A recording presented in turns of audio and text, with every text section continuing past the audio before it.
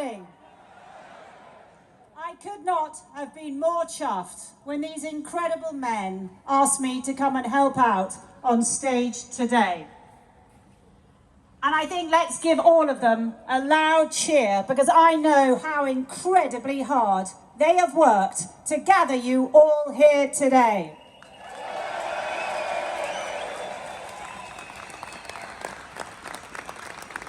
And you've come today to have your voices heard.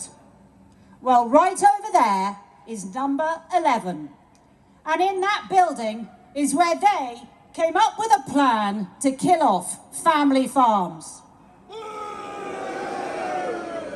Rachel Reeves and her advisors are probably in there right now.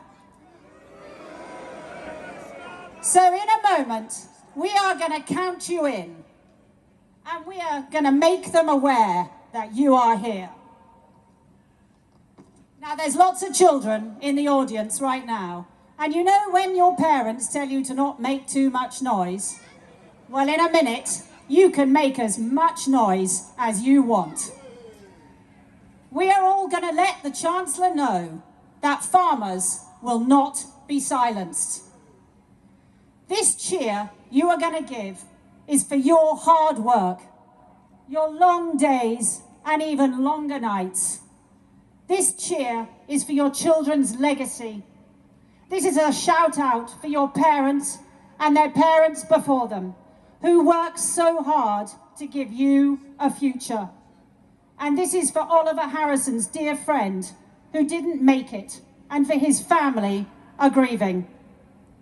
We are going to cheer so loudly. You are going to rattle the windows of Downing Street. Now, are you ready? Yes. 1, 2, 3.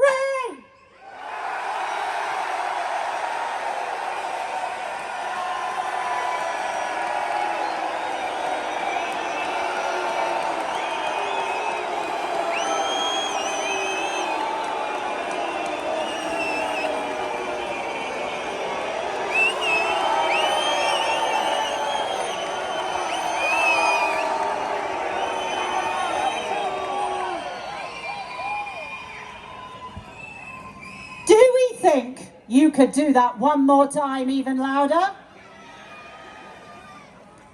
Because I think this time you're going to put even more welly into it. British welly. Not those French £400 boots the Honourable Steve Reed wears. Right, let's give it some British welly. Are we ready? 1, 2, 3.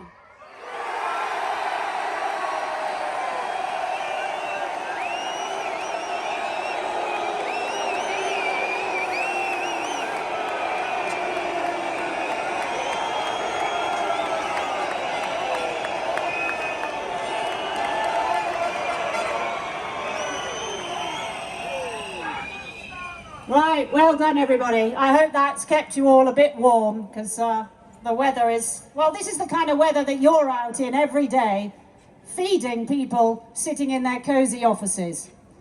So I'm going to start, we've got a lot of speakers today, so I'm going to get on with it. And right now we've got the amazing Claire Wise coming onto stage. She's a 5th generation beef sheep farmer from Durham. Up the north! And we've also got Kate Rock, who's the former chairman of the Tenant Farmers Commission and author of the Rock Report. My God, there's a lot of you. My name's Claire Wise. I'm a beef, sheep and arable farmer from the north of England, and I am average. And I'm here to show those guys over there and the general public what the real average face of British farming looks like. It's not a £1 million pony paddock. It's 300 acres of average wetland. It's an average damp farmhouse. It's a heck of a big mortgage. And an overdraft that after the 3 worst harvests on record keeps me awake at night. My land might be worth £4 million on paper, but I will never, and I hope I never see that cash. In fact, last year I struggled to buy school shoes for our children after harvest. Because farmers are asset rich, but we are cash poor.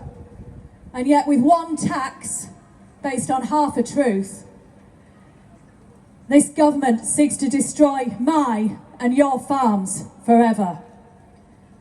But I will not be their statistic. You can listen to my statistics, which you'll share as well. For 5 generations, for 139 years, for 50,375 days, through 2 world wars, through family tragedy, through a COVID epidemic, my family turned up to produce food every single day.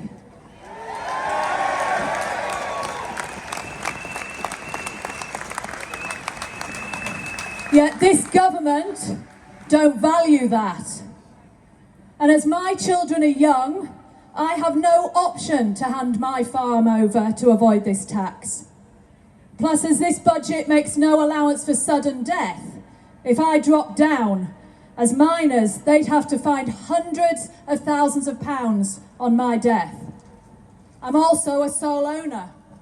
So these thresholds and reliefs that Rachel Reeves likes to bandy about in the press don't apply to me. No, instead my farm would be taxed without mercy when I die. With current farm income so low, no bank would lend me the money to get my children out of this hole. And even if they did, it would cripple our business and it wouldn't allow reinvestment or progress for over a decade. You name me one other industry or business that gets told not to reinvest for a decade and to still stand and thrive. The only other option we have to sell land to pay the tax is equally devastating. We should not have to keep getting smaller because we cannot produce food doing that. Whichever way you cut this cake, the end are farms broken, and we will not tolerate that as our future. So what is my worth, and what do the government need to open their ears to? For every £1 my business pays into the rural economy, it generates 7. Beyond just the food on our farm, I also host hundreds of deprived school children every year who otherwise would not step a foot outside of the town. We provide work placements for young people desperate for a career doing something different and outside. We're animal welfare champions. My father and grandfather built our village hall. We actively manage the landscape for tourists to visit and enjoy. On our farm, I'm part of 2 net zero projects, spearheading the farming as a solution to climate change. And yet the government seems to have totally forgotten the role farmers play preserving and nurturing the environment. Without us, you have wasteland and bracken. With us, you have a thriving natural environment. You have species rich, you have grassland, you have habitats expanded. Every one of us knows those little pockets of nature on our farm that are truly magical. You take us out and put someone faceless in charge of our farm, they don't know what we know, and as a result the environment will suffer.